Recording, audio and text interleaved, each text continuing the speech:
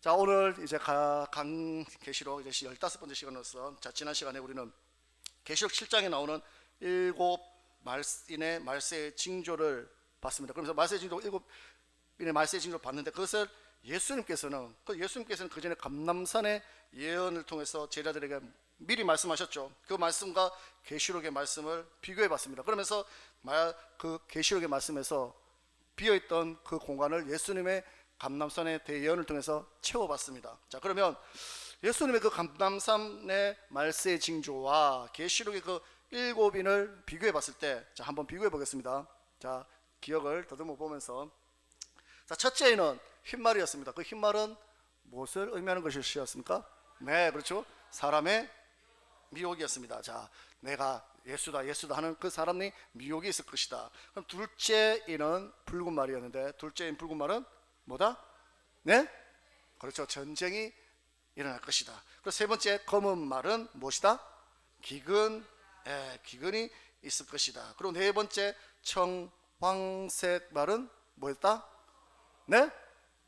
순교, 온역. 그렇죠. 온역, 질병으로 인해서 사망하는 역사가 일어나는 것이다. 그리고 다섯 번째 인이 순교, 맞습니까? 그리고 여섯 번째 인은 한 가지가 아니고 여러 가지, 세 가지가 나타나는데, 첫 번째가 천재 지변이 일어날 것이다. 그리고 두 번째, 온 세상에 복음이 전파된다. 그리고 마지막에 이스라엘이 회개할 것이다. 자, 그리고 나서 마지막 일곱째 인은 뭐다? 특별한 것은 있지 않을 것이고, 반시 동안 고요하고 일곱 나팔이 시작된다는 것입니다. 자, 그래서 지금 여섯 번째 인에, 그럼 아직 전 세계에 복음이 전파됐습니까? 안 됐습니까? 아직 되지 않았고, 이스라엘도 회개하지 않았기 때문에 아직 우리는 지금 어느 시대쯤에 살고 있다는 것을 유추할 수 있었습니다. 그리고 이 계시록 7장에서 그 이스라엘의 회개가 있은 다음에, 다시 말해서 14만 4천 명이 다시 회개한다고 했죠.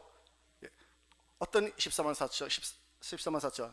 이스라엘 백성 중에 14만 4천 회개하고 난 후에 뜬금없이 능히 셀 수 없는 큰 무리가 나옵니다. 자, 계시록 한번 보겠습니다. 7장. 자, 계시록 7장 3절 4절 볼까요? 3절 4절 시작. 가로되 우리가 하나님의 종들의 이마에 인치기까지 땅이나 바다나 나무를 해하지 말라 하더라. 내가 입맞은 자의 수를 들으니 이스라엘 자손의 각 지파 중에서 입맞은 자들이 14만 4천이라. 그러면서 유다 지파, 루벤 지파 12지파가 14만 12,000명씩 14만 4천이 뭐한다? 입맞았다고 합니다. 그리고 나서 일곱째 인을 떼는 것이 아니라 19절부터 뜬금없이 무엇이 나옵니까? 능히 셀 수 없는 큰 무리가 나옵니다. 그러면서 이 능히 셀 수 없는 무리는 즉 여섯째 인과 일곱째 인 사이에 일어나는 사건이 아니라, 그 사건이 아니라는 것을 이해하시면서 하나님께서 그럼 요한에게 그 능히 셀 수 없는 큰 무리를 어떻게 보여주셨는지 한번 보도록 하겠습니다. 자, 계시록 7장 9절 10절입니다. 7장 9절 10절 시작. 백성과 방언에서 아무라도 능히 셀 수 없는 큰 무리가 흰 옷을 입고 손에 종려 가지를 들고 보좌 앞과 어린 양 앞에 서서 큰 소리로 외쳐 가로되 구원하심이 보좌에 앉으신 우리 하나님과 어린 양에게 있도다 하니. 아멘. 자, 오늘 말씀도 잘 들으시기 바랍니다. 자, 오늘 이 후에 내가 보니 각 나라와 족속과 백성과 방언에서 아무라도 능히 셀 수 없는 큰 무리가 무엇을 입고 흰 옷을 입고 손에 종려 가지를 들고 보좌 앞과 어린 양 앞에 서서 큰 소리로 외쳐 가로되 구원하심이 보좌에 앉으신 우리 하나님과 어린 양에게 있도다. 즉 보좌에 앉으신 어린 양이라. 이 말을 통해서 그럼 요한이 본 것은 이 땅의 모습을 본 것입니까? 천상의 모습을 본 것입니까?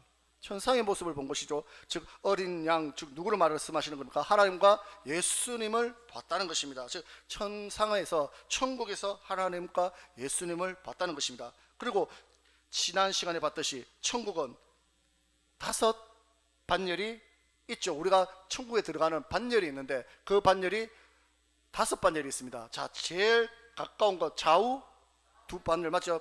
두 반열이죠. 좌우 반열이 있고, 그 다음에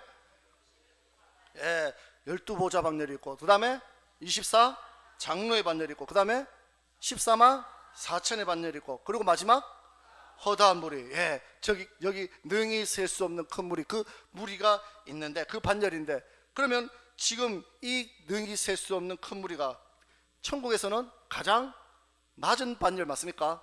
네, 그 이하는 있습니까 없습니까? 없죠. 그럼 그 이하는 여기 못 들어가면 다 어디 가는 겁니까?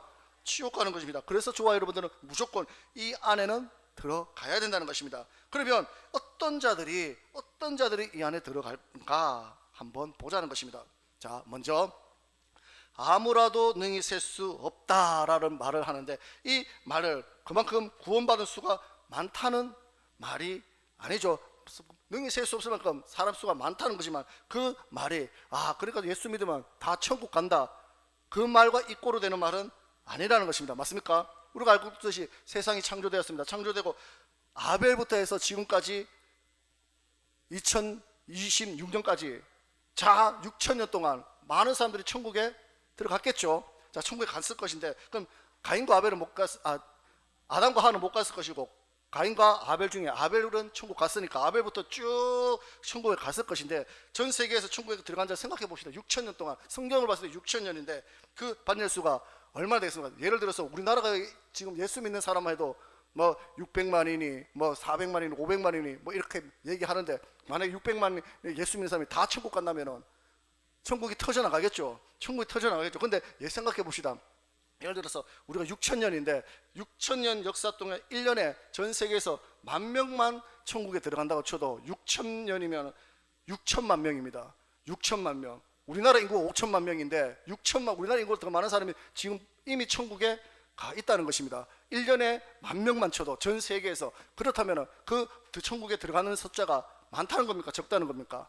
적다는 것이죠. 그만큼 적다는 것입니다. 그래서 교회 안에서 구원 얻은 숫자가 많지 않다는 것입니다. 그렇기 때문에 여기 능히 셀 수 없는 큰 무리가, 그 숫자가 어마무시해서 우린 다 들어간다 그렇게 생각해서는 안 된다는 것입니다. 그러면서 자, 한번 봅시다. 그럼 그 능히 셀 수 없는 큰 무리가 어떤 자들이 들어가는가? 다시 9절부터 13절까지 읽어보겠습니다. 시작. 이루에 내가 보니 각 나라와 족속과 백성과 방언에서 아무라도 능히 셀 수 없는 큰 무리가 흰옷을 입고 손에 종려와 가지를 들고 보좌 앞과 어린 양 앞에 서서 큰 소리로 외쳐가로되 구원하심이 보좌에 앉으신 우리 하나님과 어린 양에게 있도다 하니, 모든 천사가 보좌와 장로들과 내 생물의 주위에 섰다가 보좌 앞에 엎드려 얼굴이 대고 하나님께 경배하여 가로되 아멘. 찬송과 영광과 지혜와 감사와 존귀와 능력과 힘이 우리 하나님께 세세토록 있을지로다. 아멘 하더라.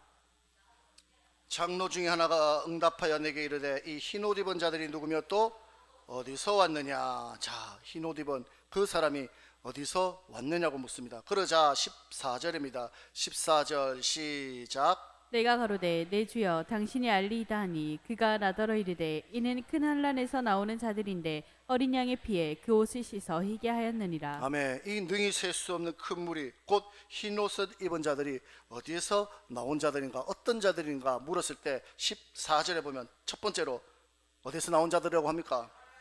큰 환란에서 나온 자들이라고 합니다. 그러면서 두 번째로 어린 양의 피에 그 옷을 씻어서 그 옷이 희게 된 자들이라고 합니다. 자, 이렇게 여기서는 14절에서 간단하게만 나오는데 이 간단한 말 속에 엄청난 뜻이 대포되어 있다는 것입니다. 그러면서 이 말씀이 의미하는 바가 무엇인지, 그리고 오늘 한번 나눠보도록 하겠습니다. 그러면 먼저 첫 번째로 14절에서 이는 어디에서 나온 자다?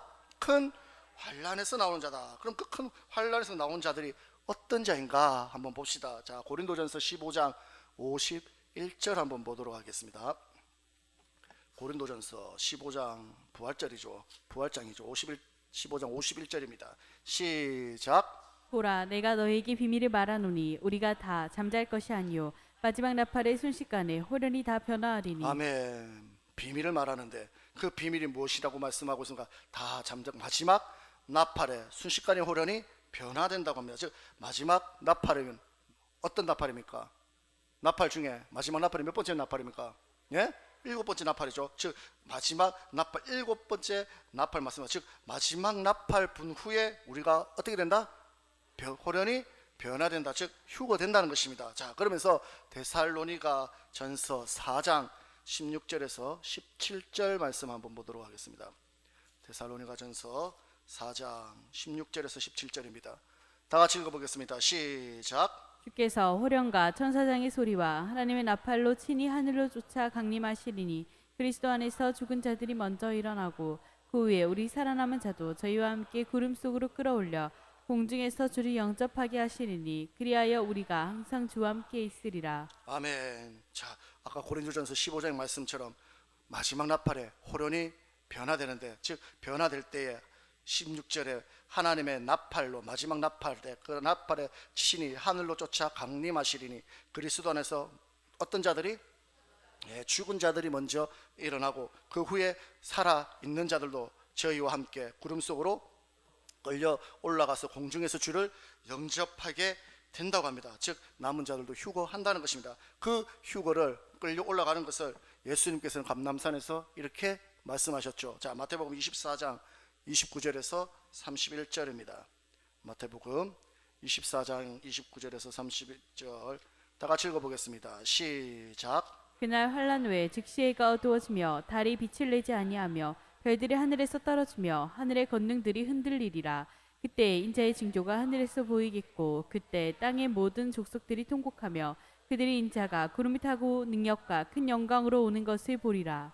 저가 큰 나팔 소리와 함께 천사들을 보내리니 저희가 그 택하신 자들을 하늘이 끝에서 저 끝까지 사방에서 모으리라. 아멘. 그때 환란 후에, 그때에, 즉 31절에 큰 나팔 소리, 아까 전에 고린도전서와 아까 전에 데살로니가전서에 봤던 즉 마지막 나팔 후에 그 큰 나팔 소리가 일어난 후에 택하신 자들을 이 끝에서 저 끝까지 사방에서 모은다. 즉 예수님께서 구름 타고 오시고 우리는 휴거한다는 것입니다. 같은 말씀이 마가복음에도 있는데 마가복음 13장 24절에서 27절 한번 보도록 하겠습니다. 마가복음 13장 24절에서 27절 다 같이 읽어보겠습니다. 시작. 그때 그 환란 후 해가 어두워지며 달이 빛을 내지 아니하며 별들이 하늘에서 떨어지며 하늘에 있는 권능들이 흔들리리라. 그때 인자가 구름을 타고 큰 권능과 영광으로 오는 것을 사람들이 보리라. 또 그때 저가 천사들을 보내어 자기 택하신 자들을 땅 끝으로부터 하늘 끝까지 사방에서 모으리라. 아멘. 그러면 그날 환란은 어떤 환란을 말씀? 그날 환란 후에 구름 타고 주님께서 오신다고 하는데, 그래서 그 환란을 이기는 자만이 예수님과 함께 휴거된다고 하는데, 그럼 그 환란은 어떤 환란인가? 자, 데살로니가 후서 2장 1절에서 2절 말씀입니다.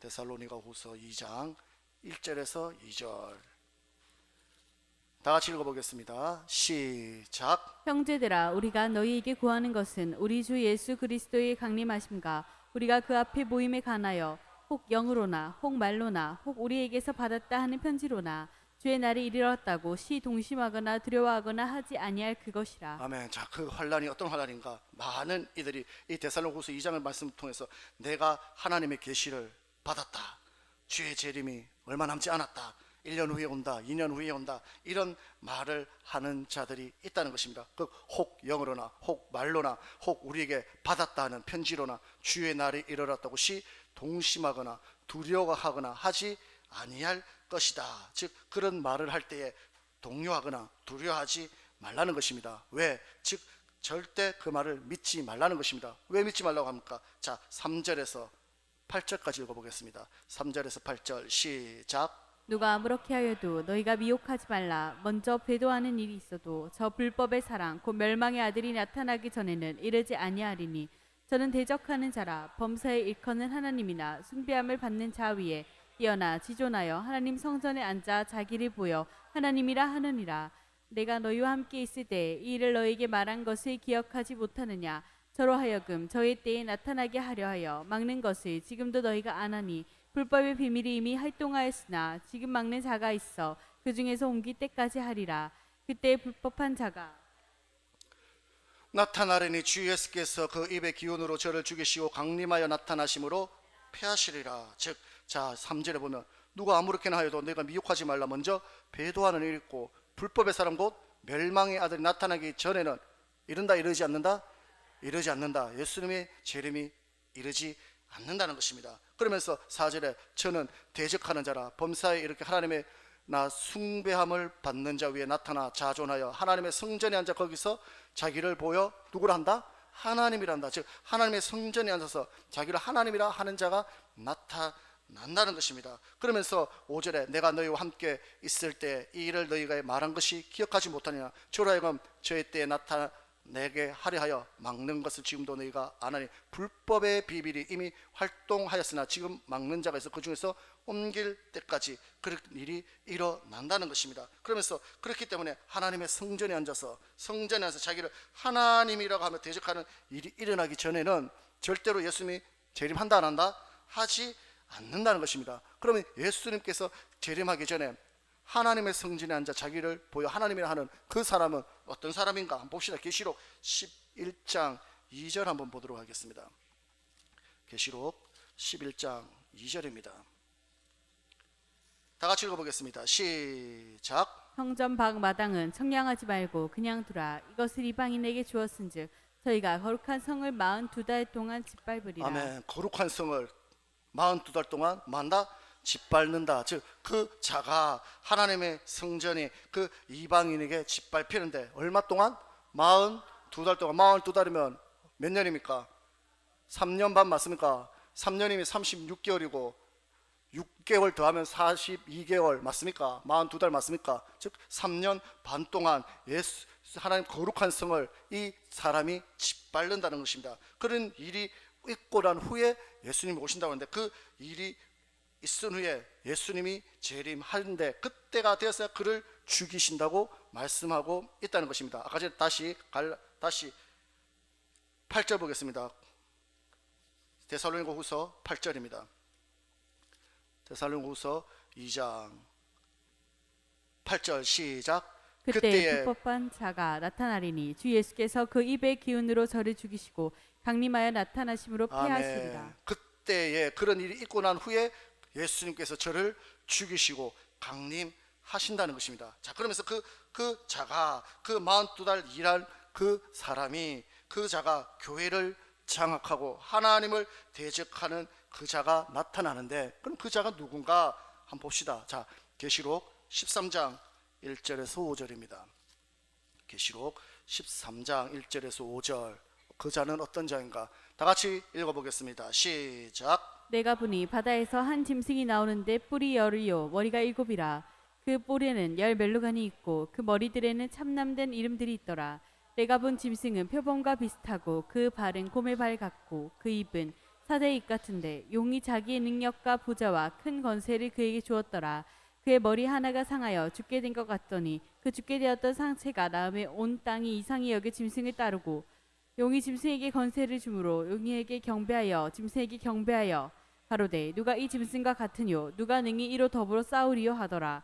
또 짐승이 큰 말과 참남된 말하는 입을 받고 또 42달가 일할 권세를 받으리라. 아멘. 한 짐승이 나온다고 합니다. 그 사람은 표범과 같고 모두 같고 뭐 같은데 근데 그 사람이 그 자가 3절에 보면 그의 머리 하나가 상하여 죽게 된 것 같더니 그 죽게 되었던 상처가 나음에 온 땅이 이상히 여겨 짐승을 따른다고 합니다. 즉 그 자가 그 적그리스도가 죽었는 줄 알았는데 다시 살아났다는 것입니다. 죽은 줄 알았는데 다시 살아난 모습을 보고 전 세계 많은 이들이 그를 따르게 된다는 것입니다. 그러면서 4절에 용이 짐승에게 무엇을 준다? 권세를 준다고 합니다. 그러면 성경에서 용은 누구를 가리키는 것입니까?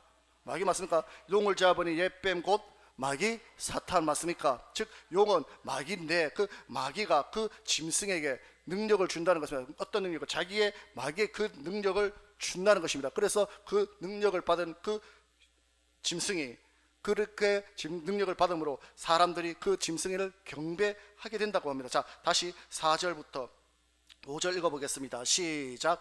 용이 짐승에게 권세를 주므로 용에게 경배하며 짐승에게 경배하여 그러되 누가 이 짐승과 같으뇨 누가 능히 이로 더불어 싸우리요 하더라.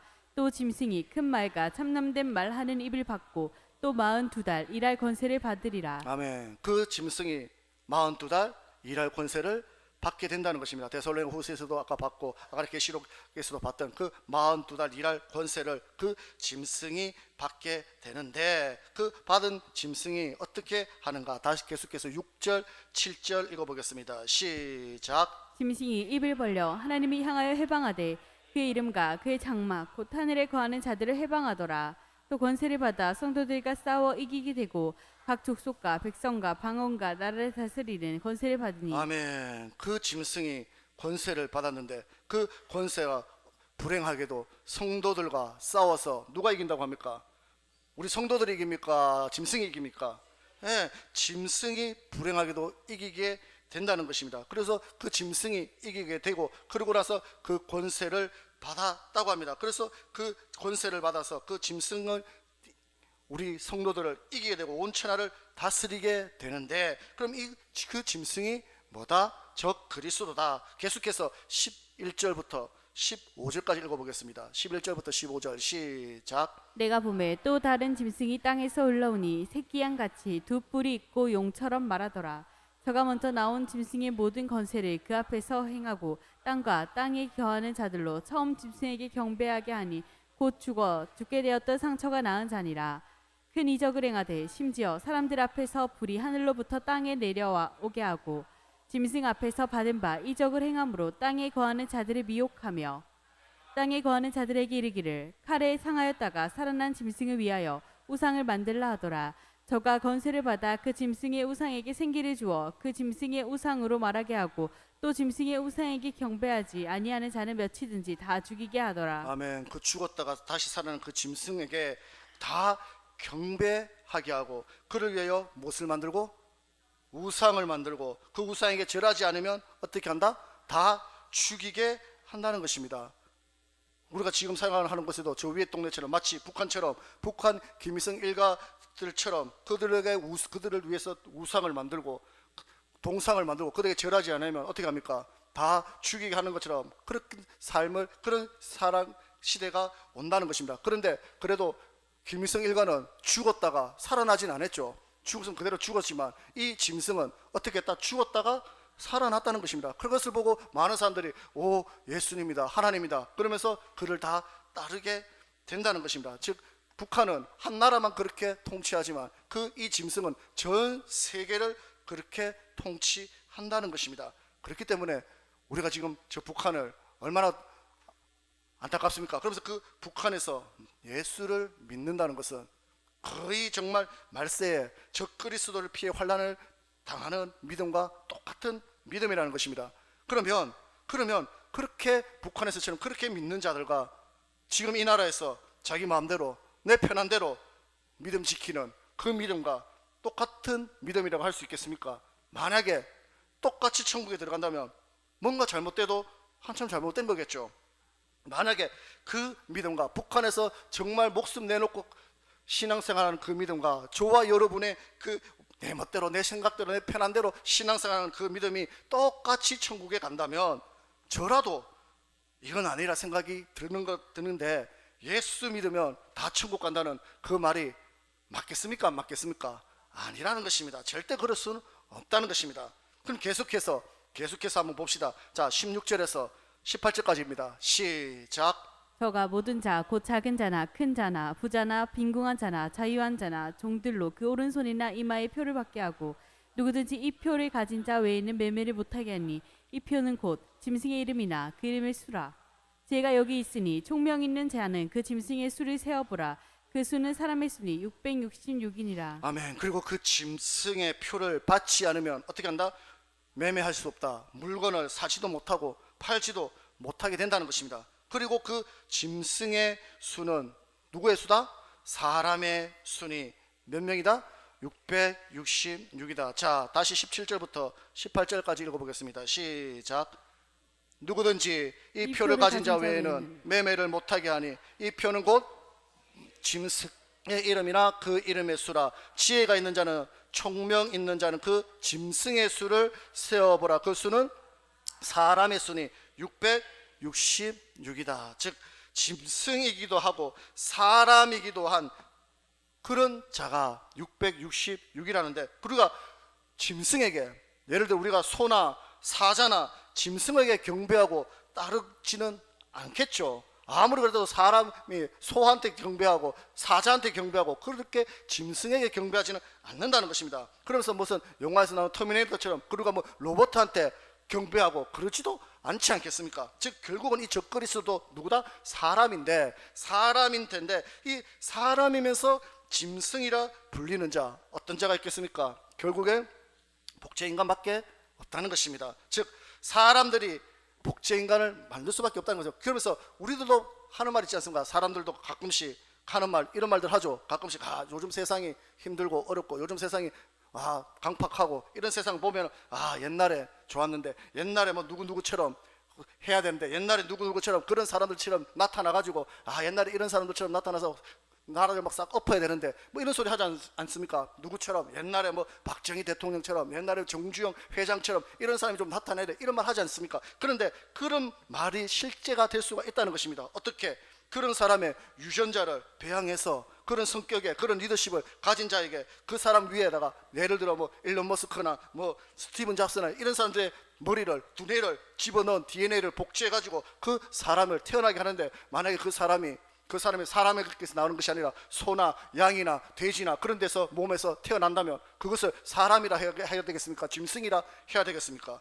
지금은 윤리나 도덕이나 뭐 창조 질서 같은 그런 기독교적 마인드들 때문에, 인류애 때문에 못 만들고 있지만, 할 수 없다 하지만 결국엔 만들게 된다는 것입니다. 지금 또 마찬가지로 사실 뭐 저희 교회가 안 된다고 한다고 안 되는 시대입니까? 그렇지 않지 않습니까? 결국엔 인간의 윤리나 도덕이 다 파괴되는 시대이기 때문에 결국 시간의 문제지 언젠가는 그런 일들이 일어나게 될 수밖에 없다는 것입니다.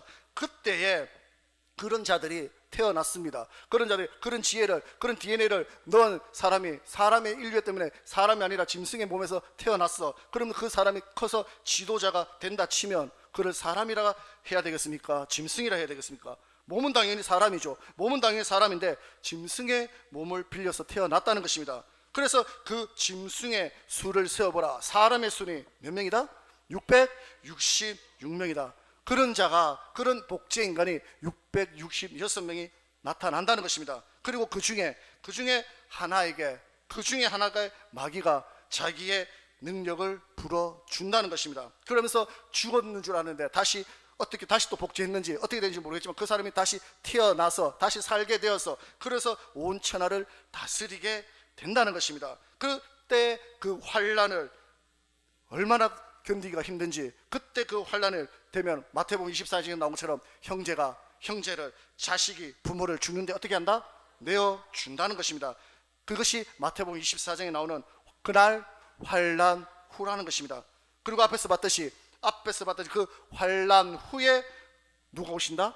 주님이 공중에 구름 타고 오신다는 것입니다. 언제? 마지막 나팔 불 때. 그러면 지난 시간에 우리가 봤듯이 6번째 나팔까지 견뎌야 되는데 7번째가 마지막 나팔인데, 그럼 6번째 나팔이 어떤 일이라고 했습니까? 핵 전쟁이 6번째 나팔이 불면 일어난다 했으죠. 핵 전쟁이 붙들고 있던 그 천사들이 놓아준다고 했습니다. 그럼 결국엔 그 핵 전쟁이 일어난 후까지 우리는 견뎌야 되는데, 그러면 그때가 되면 먹을 것이 있겠습니까? 없겠죠. 먹고 사는 것이 힘들다는 시기가 올 수밖에 없다는 것입니다. 우리가 S4 영화나 그런 데 보면 자주 보지 않았습니까? 보면은 핵전쟁 이후에 온 세계가 황폐해져 가지고 겨우 먹고 살고 완전 미친 듯이 살아가는 그런 사람들, 살아남자들이 억지로 그렇게 황폐한 데서 살아가는 그런 시대가 온다는 것입니다. 그때에 적그리스도, 그 짐승이, 복제의 인간이 지도자가 되어서 모든 생필품과 모든 매매를 통제하게 된다는 것입니다. 하지만 그때도 우리 그처럼 예수를 믿는 하나님 외에 다른 사람에게 절대 타협하지 않겠죠. 다른 사람에게 경배하라 한다고 예수 믿는, 하나님 믿는 사람이 다른 사람에게 경배하라 한다고 경배합니까? 안 한다는 것입니다. 그러니 고난이 올 수밖에 없다는 것입니다. 그런데 성경은 어떻게 말씀하고 있습니까? 지독하게도 독하게도 하나님은 그 고난도 어떻게 하라? 견디라는 것입니다. 그 환란 전에 예수님이 오시는 것이 아니고 그 환란 후에, 그 고난을 견딘 후에 누가? 예수님이 오신다는 것입니다. 자, 예수님이 직접 말씀하셨습니다. 자, 마태복음 24장 9절입니다. 한번 보겠습니다. 마태복음 24장. 자, 3절부터 볼까요? 3절만 읽어보겠습니다. 시작. 예수께서 감람산 위에 앉으셨을 때 제자들이 종용이 와서 가로되 우리에게 이르소서 어느 때에 이런 일이 있겠사며 주의 임하심과 세상 끝에는 무슨 징조가 있겠습니까? 제자들이 예수님께 물었습니다. 세상 끝에는 어떤 일이 있겠습니까? 주의 임하심 때는, 주님이 재림하실 때는 어떤 일이 있겠습니까? 직접 제자들이 예수님께 물었습니다. 그렇게 물었을 때에 다 내려놓고 9절 보겠습니다. 9절 시작. 그때 사람들이 너희를 환란에 넘겨 주겠으며 너희를 죽이리니 너희가 내 이름을 위하여 모든 민족에게 미움을 받으리라. 아멘. 그때에 사람들이 너희가 누굽니까? 예수 믿는 자들을 환란에 넘겨 죽겠으니 너희를 죽인다고 분명히 예수님께서 말씀합니다. 그러면서 죽이는데 왜 죽입니까? 내 이름 때문에 세상 모든 민족에게 미움을 얻게 된다는 것입니다. 그때에 예수 믿는 것 때문에 미움을 얻게 되고 죽게 된다는 것입니다. 그러면서 13절입니다. 13절 다 같이 읽어봅니다. 시작. 그러나 끝까지 견디는 자는 구원을 얻으리라. 아멘. 그러나 끝까지 견디는 자, 그 끝까지가 언제까지입니까? 그날 환란 후까지 견디는 자만이 구원을 얻는다는 것입니다. 자, 그러면서 15절입니다. 15절에 예수님께서 뭐라고 말씀하십니까? 15절 다 같이 읽어보겠습니다. 시작. 그러므로 너희가 선지자 다니엘의 말한 바 멸망이 가증한 것이 거룩한 곳에 선 것을 보거든 읽는 자는 깨달을진저. 아멘. 다니엘의 말한 바 멸망에 가증한 것, 적그리스도죠. 적그리스도가 거룩한 곳에 선 것을 보거든. 거룩한 곳이 어디입니까? 하나님의 성전이죠. 즉 적그리스도가 그 짐승이 교회를 장악한다는 말입니다. 그 교회를 장악한 것을 보거든 읽는 자들은 깨달으라는 것입니다. 그러면서 어떻게 깨닫고 어떻게 그것을 이기라고 합니까? 자, 16절부터 20절입니다. 시작. 그때 유대에 있는 자들은 산으로 도망할지어다. 지붕 위에 있는 자는 집 안에 있는 물건을 가지러 내려가지 말며 밭에 있는 자는 겉옷을 가지러 뒤로 돌이키지 말지어다. 그날에는 아이벤 자들과 젖먹이는 자들에게 화가 있으리로다. 너희의 도망하는 일이 겨울이나 안식일에 되지 않도록 기도하라. 아멘. 그때에 너희는 어떻게 하라? 그런 적그리스도가 세상을 장악할 그날이 왔을 때 어떻게 하라? 너희는 이렇게 하라. 16절에 그때 유대에 있는 자들은 산으로 도망하라. 산은 어디다? 교회로 도망하라는 것입니다. 그리고 17절에 지붕에 있는 자는 집안에 있는 물건을 가지러 내려오지 말라. 지붕은 뭐 하는 곳입니까? 기도하는 거. 그래서 기도 멈추는 죄를 범하지 말라. 그리고 18절 밭에 있는 자는 겉옷을 가지러 뒤로 돌이키지 말라. 밭은 무엇을 의미하는 것입니까? 내 마음 밭, 말씀을 받는 밭 맞습니까? 말씀을 받는 마음밭이 옥토가 되어라. 그 말은 즉 다시 말해서 그 말씀을 받을 때 미혹되지 말고 온전한 깨끗한 하나님의 말씀만 계속해서 공급받으라는 것입니다. 그렇게 해야지만이 그 미혹을, 그 고난을 환란을 이길 수 있다는 것입니다. 그러면서 19절 20절 다시 한번 읽어보겠습니다. 시작.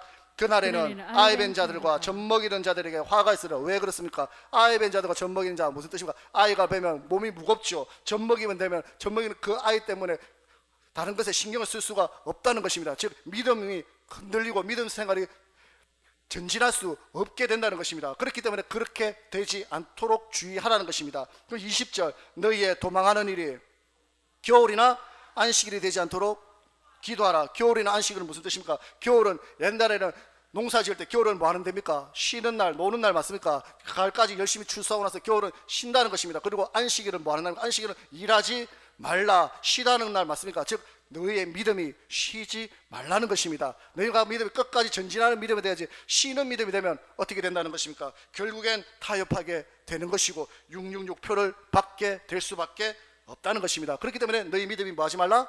쉬지 말라는 것을 뜻한다는 것입니다. 그래서 그 가증한 일이 일어날 때에 산으로 도망하고 교회로 도망하고 즉 지붕에 있는 자는 물건을 가지고 내려오면 즉 지붕 위에서 기도하는 죄를 범치 말고 계속 끝까지 믿음으로 기도하고 그리고 밭에 있는 자는 겉옷을 가지러 가지 말라. 즉 밭은 말씀을 온전한 말씀을 받으라는 것입니다. 그러면서 19절 12, 20절을 통해서 너희 믿음이 뭐 하지 말라? 쉬지 말고 전진하는 믿음이 되어야지만 그 666표를 받지 않을 수 있고 환란을 이길 수 있는 힘을 공급받을 수 있다는 것입니다. 그래서 지금의 저 북한을 통해서 우리가 보여주고 있지 않습니까?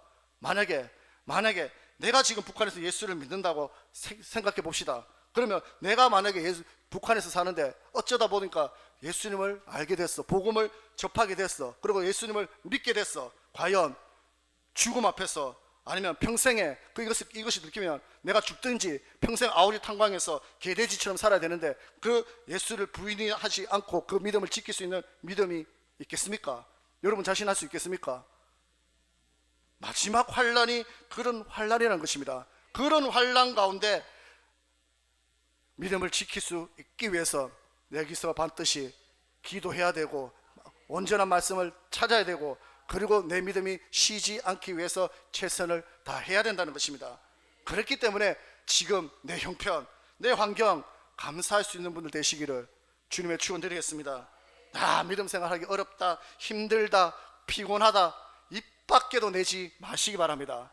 북한을 생각해 보라는 것입니다. 북한에서 내가 예수를 믿었다면 내가 예수 안 믿을란다, 안 믿어도 되지, 그냥 그 김일성 동상에 절해도 되지, 절하면 됩니다. 그것이 환란을 이길 수 없는 것이고 마지막에 융중유표를 받는 것이고 똑같은 것이라는 것입니다. 그런데 그런 환란을 이기는 자만이 어떻게 된다? 구원을 얻는다는 것입니다.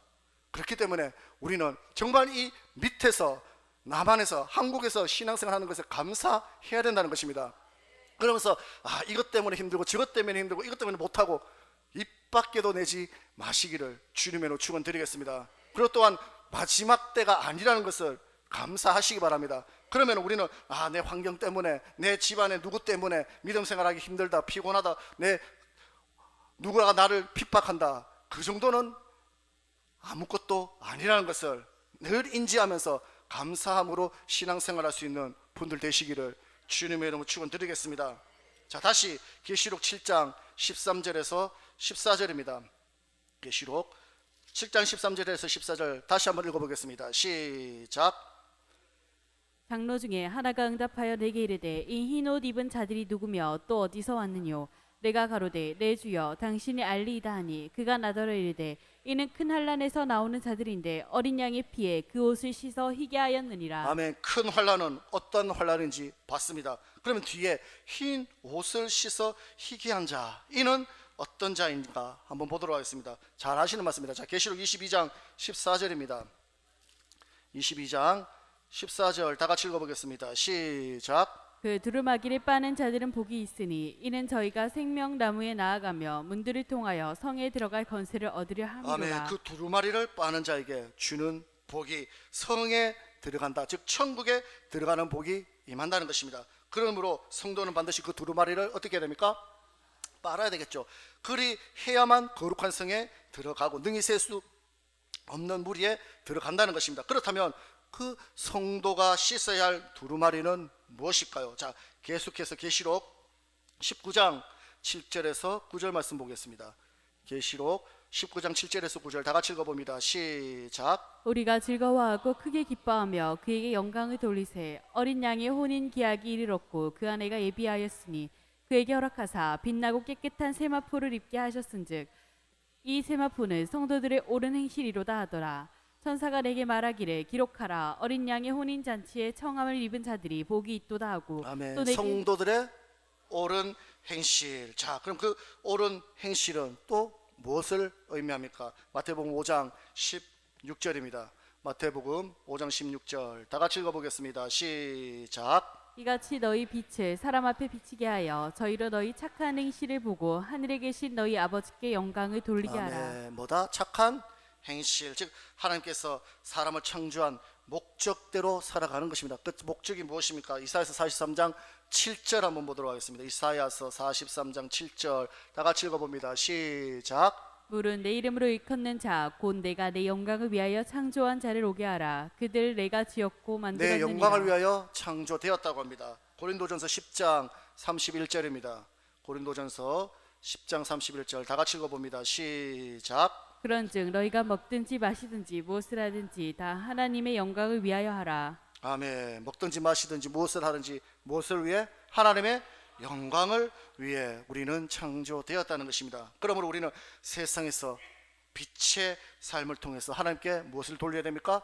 영광을 돌려야 된다는 것입니다. 그러므로 세상의 빛과 소금으로 살아가는 것이 성도가 해야 할 옳은 행실이라는 것입니다. 이 말을 다시 말하면 하나님께서 우리를 백성 삼아주신 목적이, 창조의 목적이, 구원의 목적이 말씀에 순종하는 것 맞습니까? 일부에서 봤듯이 하나님을 많은 거 섬기는 것 맞습니까? 이것이 성도가 마땅히 해야 할 옳은 행실이고 깨끗한 세마포를 입는 것이라는 것입니다. 또한 그 옷이 계속 깨끗하면 좋겠지만 더러워질 수 있죠. 그렇기 때문에 우리는 빛과 소금의 역할을 살지 못할 때가 있다는 것입니다. 그런데 그것을 씻어야 되고 깨끗이 빨아야 되는데 그 깨끗하게 씻고 빠는 것이 우리가 늘 회개하면서 돌이키는 삶을 사는 것이라는 것입니다. 왜 그렇게 살아야 됩니까? 그런 자만이 그 환난에서 이길 수 있고 그 옷을 입은 자만이 어디에 들어갈 수 있다? 네, 천국의 새 예루살렘에 들어갈 권세를 받게 된다는 것입니다. 자, 오늘 말씀을 정리합니다. 계시록 7장과 그 8장 사이에 즉 7인과 7 나팔 사이에 능히 셀 수 없는 큰 무리의 반열에 대해서 하나님께서 말씀하셨습니다. 우리는 이 반열에는 어떻게 해야 됩니까? 무조건 들어가야 되겠죠. 여기 아니면 어디입니까? 지옥이죠. 우리가 14만 4천 반열까지 가기는 힘들다는 것입니다. 그러면 여기에는 무조건 가야 되는데 여기가 아니면 지옥이기 때문에 여기는 들어가야 되는데 그 여기에 들어가기 위해서는 어떤 자가 들어간다? 큰 환난을 이긴 자만이 그곳에 들어가기 때문에 그 환난은 마지막 환난 즉 그리스도의 그 환난까지 견디는 자만이 흰 옷을 입고 수 있는 것이고 그런 자만이 천국에 들어가기 때문에 우리는 말세가 되면 될수록 많은 유혹과 미혹이 우리의 믿음을 흔들고 있다는 것입니다. 하지만 아직까지 저와 여러분들에게 목숨까지 요구하시지는 않으시죠. 내가 신앙생활 하는데 내 목숨이 간당간당한다, 내가 예수 믿는 것 때문에 내 목숨이 왔다 갔다 한다, 그 정도는 아니라는 것입니다. 그러면 그 정도가 아니라면 정말 우리는 목숨 바쳐서 정말 하나님의 말씀에 순종할 수 있는 아까 전에 일부에서 봤듯이 섬기는 것이 어떤 것이라고 했습니다. 종이 주인의 말에 복종하듯이 하나님의 말씀이면 내 생각하지 말고 통밥 굴리지 말고 내가 이거 하면 어떤 보너스 받을까, 이거 하면 어떤 팁을 받을까, 그렇게 생각하지 말고 무조건 아멘하고 덜하는 것, 그것이 하나님의 말씀에 순종하는 것이라는 것을, 그것이 섬기는 것이라는 것을 잊지 마시고 정말 저 위에 북한의 지하교회를 생각하면서 거기서도 믿음을 잃지 않는 분들이 있다는 것을 생각한다면 오늘 저와 여러분들은 믿음 생활하는데 힘들다, 어렵다, 절대 그런 말 할 수 없다는 것을 잊지 마시고 늘 감사함으로 하나님께 영광 돌릴 수 있는 분들 되시기를 주님의 이름으로 축원드리겠습니다. 말씀을 생각하면서 찬양한 곡 드리고 기도드리겠습니다.